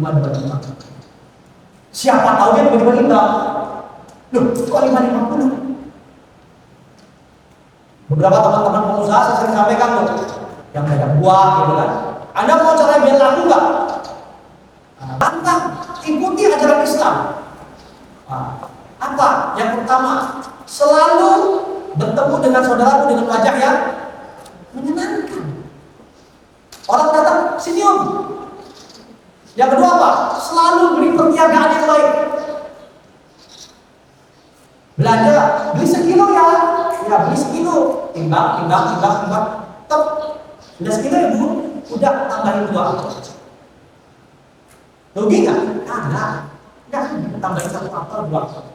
Kok ditambahin? Buat anak. Setelah kasih, kita terima kasih. Nanti datang lagi, ada apa-apa kabarin saya. ini nomor saya. Dagang kayak gitu, laris manis teman. Makanya akhlak yang baik itu penting. Semoga menjawab ya. Apa deh? Oke, terima kasih. Tidak. Cukup? Nah, ada yang di sini ada seriusan ikhwannya. Ikhwan tuh iman loh. Gak ada yang nanya sama sekali. Masih ada waktu nih. Saya kasih satu pertanyaan kalau ada yang mau. Gak ada yang nanya, udah ikhwan aja kemana-mana. Dari apa tanya? Wah, ini bahaya ini. Dapat sebenarnya. Tadi mau ini juga bahasa. Ikhwan ya. Bagaimana membedakan antara ketegasan dengan dalam menyampaikan kebenaran dan gelombang emosi yang tidak terkontrol? Bagaimana membedakan tegas dengan emosi dan marah? Jadi sederhananya gini, ketika kita bicara marah, ya, Mai tadi datang. Cara paling gampang adalah bedanya kita masih bisa mikir dengan baik atau tidak. Beda tegas dengan marah itu adalah ketika kita bisa masih berpikir dengan baik atau tidak. Kita bilang, ini nggak boleh. Ketika kita bilang nggak boleh, nah itu ayatnya keluar atau enggak? Kalau marah ayatnya tidak keluar, hadisnya nggak keluar. Karena ketika kita marah, itu sudah syaitan yang berbicara. Ketika kita tegas, bukan malaikat. Malaikat sering kayak gini. Baik itu malaikat, ya tidak baik itu syaitan. Salah, malaikat tidak ngomong dengan kita. Iman yang ngomong sampai kita. Jadi begitu kita tegas, iman yang berbicara. Ketakwaan kita yang berbicara. Ya. Jadi yang membedakan tegas dengan marah itu adalah apakah kita masih bisa berpikir dengan jernih atau tidak. Ketika kita membenarkan sesuatu dan orang itu membantah kita, kan seringnya kayak gitu. Nah, membantah kita, terus kita balas lagi, dia membantah lagi, nah itu biasanya tuh harus bertanya tuh. Jawaban ketiga kita itu marah, syaitan atau takut. Kalau kita masih bisa senyum dan menjelaskan, nah itu ketakuan. Tapi kalau ya volume udah mulai tinggi, gitu kan? Ya volume udah mulai tinggi, nah itu setan yang berbicara. Meskipun yang keluar hadis-hadis, ya meskipun yang keluar ayat Quran, tapi kalau ada yang sudah pergi itu setan yang berbicara. Itu paling disekati setan. Yang paling disekati setan itu adalah orang alim, ya yang tergelincir itu paling happy setan. Seneng banget. Apalagi orang alim yang merasa paling alim tergelincir, wah gimana? Gila ya. Dia akan bilang, wah, dia akan setan bisik di hidup ini. Masa ente habis Quran, hafal ribuan hadis dipertanyakan? Enggak bisa kayak gitu setan ngomong setan. Nah, itu omongan panas kan? Ah, volumenya naik. Tapi kalau ketika orang membantah kita, terus kita cuma bilang, subhanallah. Ya kayak gini loh maksudnya. Kayak gini loh. Nah, kayak gini loh. Jangan kayak gini ini bukan, jangan bilang yang itu tidak pernah dicontohkan Nabi. Ah itu menyalahkan. Ah itu bahasa yang sering. Wah itu bahaya. Karena saya ambibi, hidup di dua dunia. Saya hidup di dua mazhab yang berbeda. Kalau Anda bilang itu mencontohkan Nabi, itu bahaya. Yang perlu dilakukan adalah apa? Nah, Nabi mencontohkan seperti ini. Kan beda. Ini contoh Nabi. Nah, Nabi mencontohkan seperti ini. Sahabatku, saudaraku, brother, sister gitu. Nabi mencontohkan seperti ini. Nah, tapi dia bilang, tapi Nabi juga mencontohkan seperti ini. Wah, boleh saya lihat literaturnya di mana? Nah, itu kan tidak ada emosi. Ada, mana? Ada saya ambil, ada. Oh, nggak ada. Tapi itu perkataan guru saya. Gurunya ada di literaturnya, nggak pernah diomongin dari mana?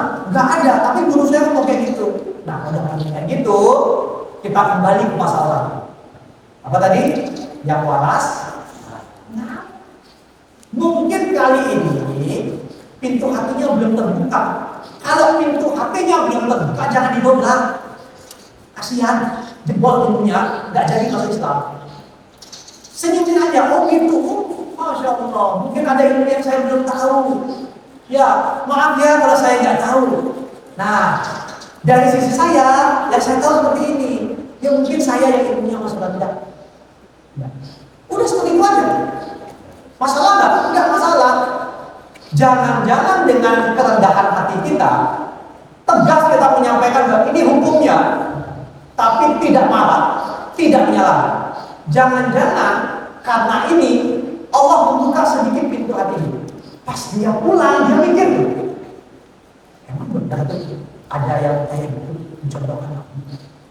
Banyak loh yang kayak gitu. Pulang dia cari dia. Kalau zaman sekarang pakai chat GPT, gitu kan? Kalau belum googling, cari tuh. Apakah benar Nabi Muhammad melakukan seperti ini? Terdapat dalam kitab Al-Bukhari. Buka, keluar kitabnya. Ada. Itu Allah sudah membuka hati dia. Yang disampaikan benar. Tiba-tiba dia bilang tuh, saya coba cari yang diomongan guru saya. Jika jadi dia buat cari. Apakah benar Nabi gini? Tidak ada. Tidak ada. Itu cara Allah membuka pintu hati. Lalu apa? Kita nggak berudak di hati. Dia berpikir, jangan-jangan omongan orang itu benar ya. Jangan-jangan omongan guru saya salah ya. Kan biar dia nyebelin jangan gitu. Itu bedanya tegas dengan marah.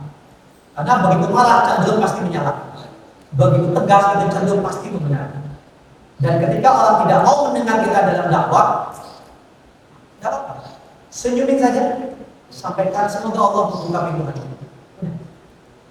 Kalau dia ngotot dengan ilmunya, subhanallah, mungkin ilmu saya masih besar, mungkin antum yang benar, mungkin anda yang benar. Karena setahu saya cuma seperti ini. Tapi sampaikan, setahu saya cuma seperti ini. Kalau ada yang lain, yang mungkin itu kejadian dari saya. Udah gitu. Jangan-jangan dari kerendahan hati itu Allah buka pintu hati. Wah, Masya Allah, silakan. Ini gurunya kayaknya. Bang. Dalam mendidik, bagaimana cara kita mengekspresikan emosional kita kepada orang yang songong tapi baperan? Songong tapi baperan. Woi, boleh menarik. Rata-rata orang songong itu baperan. Itu pasti. Itu dua penyakit hati yang berjalan berdampingan. Orang baperan pasti songong. Orang songong pasti baperan. Ya. Nah, ketika kita ketemu dengan orang seperti itu, cara yang paling gampang adalah pikat dia dengan apa yang dia suka. Sederhana. Jadi kadang kita lupa bahwa dia songong sama kita karena dia punya penghalang, punya resistensi. Sehingga kita mau ngomong apapun dia sudah, tunggu dulu nih, mau ngomong apa nih manusia gitu kan? Ya kalau manusia, makhluk ini mau ngomong apa? Makhluk ini mau ngomong apa ini kan? Nah, ketika dia songong itu pasti dia terjadi. Dia punya dinding yang akan menjaga dia dari omongan kita. Yang perlu kita lakukan adalah turunkan, jangan hancurkan dindingnya. Jangan pernah hancurkan dindingnya. Ketok dindingnya, siapa tahu dindingnya ada pintu gitu kan. Ketok dindingnya kalau ada pintu. Di sini mau masuk. Ya. Caranya mengetok apa? Caranya ada dengan berlemah lembut. Cari tahu apa yang dia butuhkan. Banyak orang songong jadi baik setelah dia mendapatkan bantuan dari orang yang disongongin. Sering itu kejadian. Makanya jadilah orang yang suka membantu orang lain. Kalau ada pendakwah nanti ke depannya, mudah-mudahan banyak jadi pendakwah ini. Jadilah pendakwah yang tidak hanya hebat di meja dakwah. Jadilah pendakwah yang hebat ketika Anda satu langkah keluar masjid. Melihat ada orang ibu-ibu belanja bawa barang banyak, jangan cuma disapa, borong bu, jangan gitu. Itu mah mama nggak boleh kerjaan ngomong gitu. Ibu dulu belanjaan banyak, aduh ibu berat ya, ibu izin saya bantu. Saya kasih 4 jempol kaki saya nggak kelihatan. Jadilah pendakwah yang membantu di luar. Kalau kita terbiasa seperti itu, ya, Semua orang yang sombong, yang baperan, kalau kita bantu, dia nggak akan sombong lagi. Kita harus cari tahu. Makanya seorang pendakwah itu harus orang yang kreatif. Kita harus tahu dia target gua ya. Oke. Gimana caranya yang ada sombong lagi? Kita cari tahu tentang dia. Makanya kalau ada buku tentang cara intelijen Nabi. Nabi ini siapa? Tahu intelijen nggak? Intelijen itu adalah bagaimana cara menggali informasi. Jadi Nabi itu pintar menggali informasi orang lain. Jadi kalau Nabi tidak disukai dengan orang, dia akan cari tahu semua informasi tentang orang itu. Begitupun para sahabat. Semakin dia nggak suka dengan kita, semakin ditolong. Hutangnya lunasi. Kita dapat. Misalnya kita punya uang, dia hutang ya. Kan ini target operasi itu. Berapa kali itu? Saya balikin. Lunasi. Dan siapa? Jangan bilang dari saya. Jangan bilang dari saya. Jangan dia sombong, karena hidupnya susah. Ada yang kayak gitu. Hidupnya dari kecil susah, makan nggak bisa, sama orang tuanya dibully, dari kecil dihajar sama bapaknya, kan ada yang kayak gitu. Ada. Jangan-jangan jadi sombong gara-gara itu. Dia nggak pernah lihat orang itu baik sama dia. Begitu dia lihat ada yang bayar utangnya, dia akan penasaran. Mau bayar? Kok utang saya belum kasih? Siapa yang kasih? Oh, yang kasih katanya yang bayar. Tapi Allah itu tidak gitu. Dia pasti tahu, saudara. Dia akan mencari tahu siapa. Ya, sakit. Bayangin, Nabi sampai tahu orang kita suka sama dia sakit. Bayangin, kalau kita kan sakit, sekalian deh. Ya, dijemput sekali lagi gitu kan. Begitu orang yang tidak suka sama Nabi sakit, Nabi tahu dia sakit. Ditengok rumahnya dibawain makanan. Saya tanya, orang sombong sama kita, jangan juga orang. Kita sombong sama orang, jangan pikir orang sombong. Kita sombong sama orang. Kita sakit. Teman-teman dekat kita nggak ada yang nengok, kan saya bilang gitu. Makanya ada aturan menerima orang sakit dalam Islam, betul? Ya. Teman kita pun nggak ada yang nengok kita sakit. Yang nengok kita satu-satunya itu ada orang yang tidak kita sukai datang bawain buah. Assalamualaikum. Waalaikumsalam. Saya dengar sakit. Ya. Boleh masuk. Ya. Masih buah. Sakit apa? Ya, kayak ini, begini. Cuma sehat ya. Benar obat sudah ada. Udah, saya tahu ada obat ini loh, gini bagus. Misalnya obat itu mampu dalam jangkauan kita. Pulang ya, gini obatnya. Nanti lihat ketika dia sehat. Sama nggak ada gak ada kesempatan. Dan bahkan dia akan jadi orang yang paling membela kita ketika ada orang sombong sama kita. Dulu rajanya sombong, ngajak orang bersombong sama kita. Sekarang rajanya membela kita untuk sombong. Ada yang sombong, awas sombong sama dia.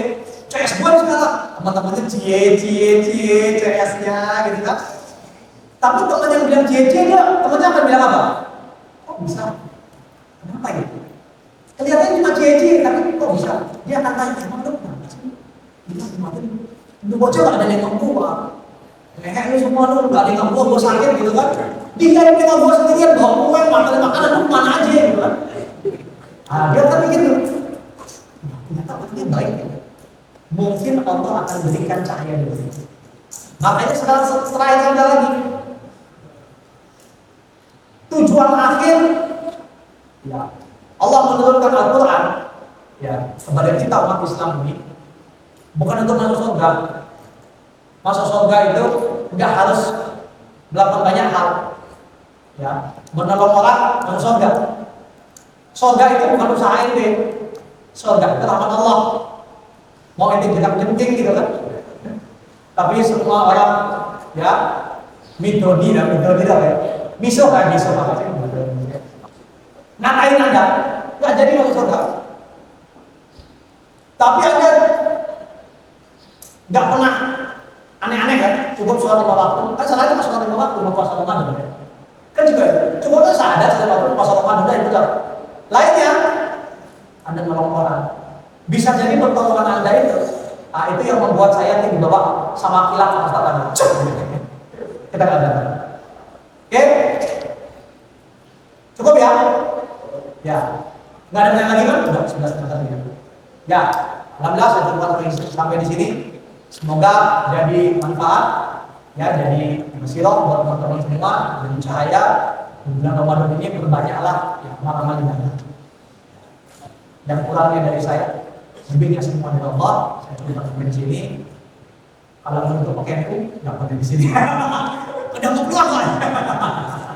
Hampir. Tapi nggak apa-apa lah sebenarnya ya. Nggak apa-apa ya.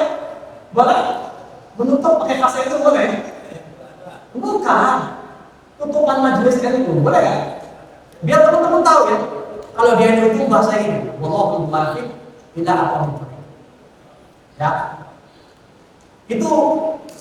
Itu khas tutupan keluarga GMM ini. Jadi proyek itu selalu biasa saya sampaikan ke teman-teman, saya keluarga itu.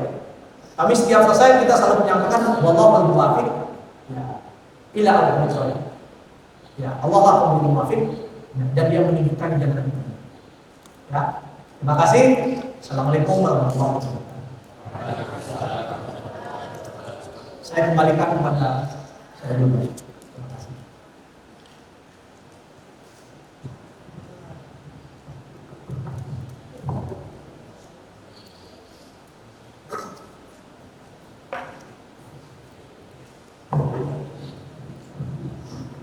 Alhamdulillah, kita ucapkan jasa terima kasih kepada Coach Rama atas ilmu yang disampaikannya. Mudah-mudahan menjadi bekal kita semua ya untuk menjadi pribadi yang lebih baik lagi. Amin. Ya Rabbal Alamin.